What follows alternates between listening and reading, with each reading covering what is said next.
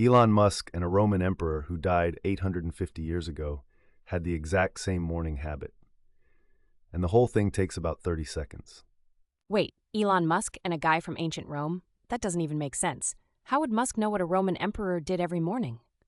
Because that emperor left a journal. Marcus Aurelius wrote down his daily mental exercises, and those pages survived almost 2,000 years.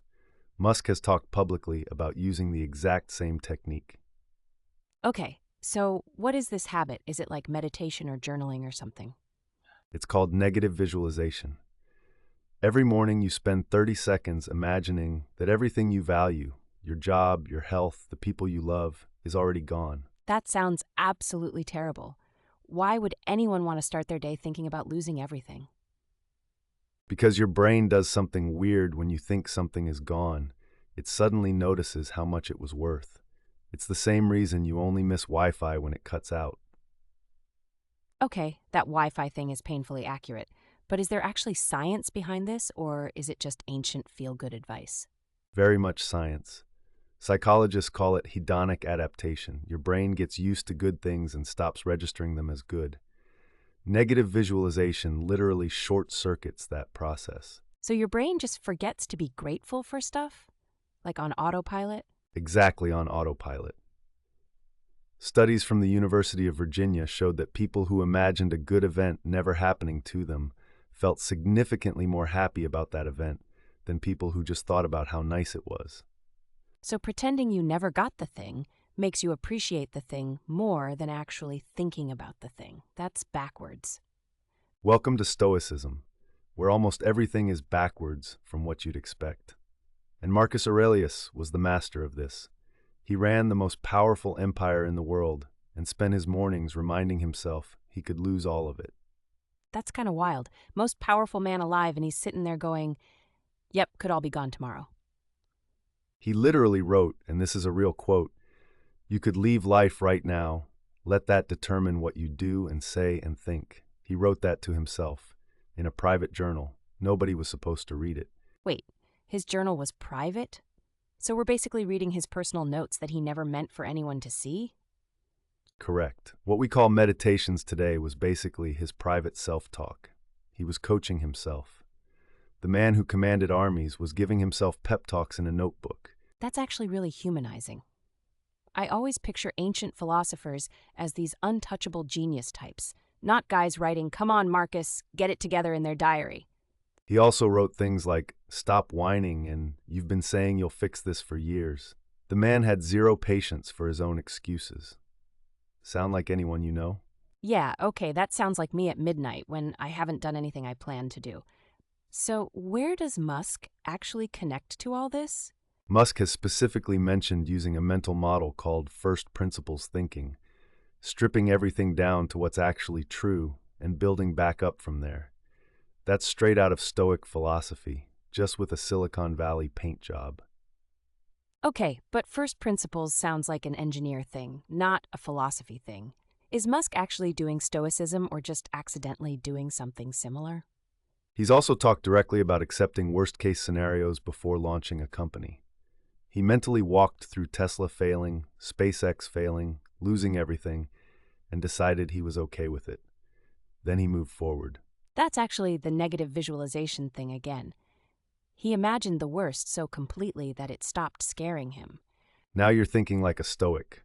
The Stoics called this premeditatio malorum, premeditating the bad stuff. And here's the key. It's not pessimism, it's inoculation. Inoculation, like a vaccine? Exactly like a vaccine. You give yourself a tiny dose of the scary thing, your brain processes it, and when the real version shows up, you don't get knocked flat. You've already been there in your head. So people who never think about bad things happening are actually more fragile when bad things happen. Research backs that up hard. People who practice what psychologists call defensive pessimism, mentally rehearsing setbacks, handle real adversity significantly better than pure optimists. Their stress response is smaller. Okay, so toxic positivity is actually a real problem, not just a Twitter buzzword. The Stoics would say yes. They watched Rome burn, sometimes literally, and the ones who stayed functional were not the ones who had told themselves everything would be fine. They were the ones who had already accepted it might not be. All right, so we've got this morning habit, the negative visualization, the mental vaccine thing, but I feel like I'm still missing something. What's the actual core of Stoicism? Here's the plot twist, and I mean this completely rewires how you think about the whole philosophy. Stoicism was never designed to make you calm. It was designed to make you powerful. Wait, that flips everything. I always thought Stoicism was about suppressing emotions and being a robot about life. That's the biggest misconception about Stoicism. Stoics felt everything: grief, joy, fear, love. What they practiced was choosing which feelings to act on. That's not suppression, that's control. So the goal was never to stop feeling things, it was to stop being controlled by feelings. Marcus Aurelius lost 4 of his 8 children. He grieved, but he still ran the empire the next day. That's not a robot, that's a person who had trained themselves to carry weight without being crushed by it. 4 kids, and he still showed up. That's genuinely extraordinary. I'd be a wreck. Most people would be. And that's exactly the point. The Stoics built this mental system because life at the top of the Roman Empire was genuinely brutal. Wars, plagues, political assassination attempts. Serenity wasn't a luxury. It was survival. So Stoicism wasn't invented by philosophers sitting in comfortable rooms. It was battle-tested. The founder of Stoicism, a guy named Zeno, started developing these ideas after he was shipwrecked and lost everything. He literally began building the philosophy from the rubble of his own life. No way. The guy who invented stay calm and think clearly invented it because he was catastrophically not okay. That's actually perfect. Philosophy built from a crisis tends to be a lot more useful than philosophy built from a lecture hall. And Zeno's big insight was this: you cannot control what happens to you, but you always control how you respond. Okay, I've definitely seen that quote on Instagram a million times. Control what you can control. But I always thought it was kind of cliché. It only sounds cliché because it's been repeated so many times that people stop thinking about what it actually means. Try applying it to something real, like your commute being terrible, your boss being difficult, the economy being a mess. Right, those are all things I stress about constantly, but literally cannot change. So the Stoic move is to just stop spending energy there. They called it the dichotomy of control, drawing a hard line between what's in your power and what isn't. And once you draw that line, you stop leaking mental energy into the void and redirect it somewhere that actually matters. Mental energy leak. I feel like I do that all day long, worrying about things I can't do anything about. Neuroscience actually puts a number on it.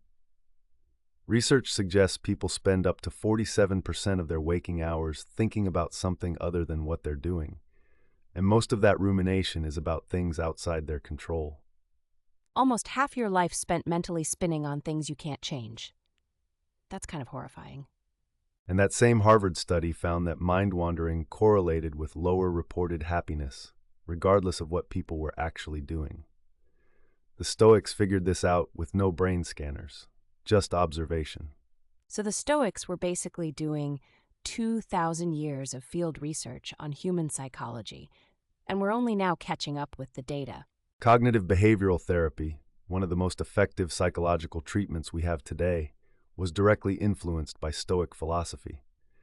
The therapist Aaron Beck basically modernized Stoic exercises into clinical practice. So when your therapist tells you to challenge your negative thought patterns, that's Marcus Aurelius in a cardigan. Basically, yes. The Stoics called it examining your impressions. When something upsets you, you stop and ask, is this thing actually bad, or does it just feel bad? Those are very different questions. Give me an example, something real. You send an email, no reply for 3 days. Your brain says, they hate you, you're being ignored, this is a disaster. Stoic response, I sent the email, that part's done. The reply is not in my control, move on. The amount of time I have spent spiraling about unanswered emails. Okay, I feel personally called out right now. That's exactly where Stoicism lives. Not in grand philosophical debates, but in the 3 minutes after you read a notification and feel your chest tighten. That pause is where you get to choose. All right, so we've got the negative visualization, the dichotomy of control, the CBT connection. How does someone actually start doing any of this? Like today when they close this video. Start with the 30-second habit that both Marcus Aurelius and Musk used. Tomorrow morning, before you look at your phone, take 30 seconds and ask yourself, what could go wrong today? Don't catastrophize, just name it. Just name it. Not fix it, not avoid it. Just say, this might happen today. And then, this is the key second step, ask yourself, if that happens, what would I do? You're not predicting doom, you're giving your brain a script. And brains that have a script don't panic. That's actually really manageable. 30 seconds and a script. No app, no subscription, no special cushion to sit on. The second thing you can use right now, anytime today, is what the Stoics called the view from above. When something stresses you out, mentally zoom out. Picture yourself from the ceiling, then from the building roof, then from space. You mean literally imagine looking at yourself from space? That sounds dramatic, but I can see how it would shrink the problem. Marcus Aurelius literally wrote about this exercise. He'd zoom out until his problems looked like dust in a very large universe. Not to dismiss the problems, but to see them at the right size. Most of what we stress about is much smaller than it feels.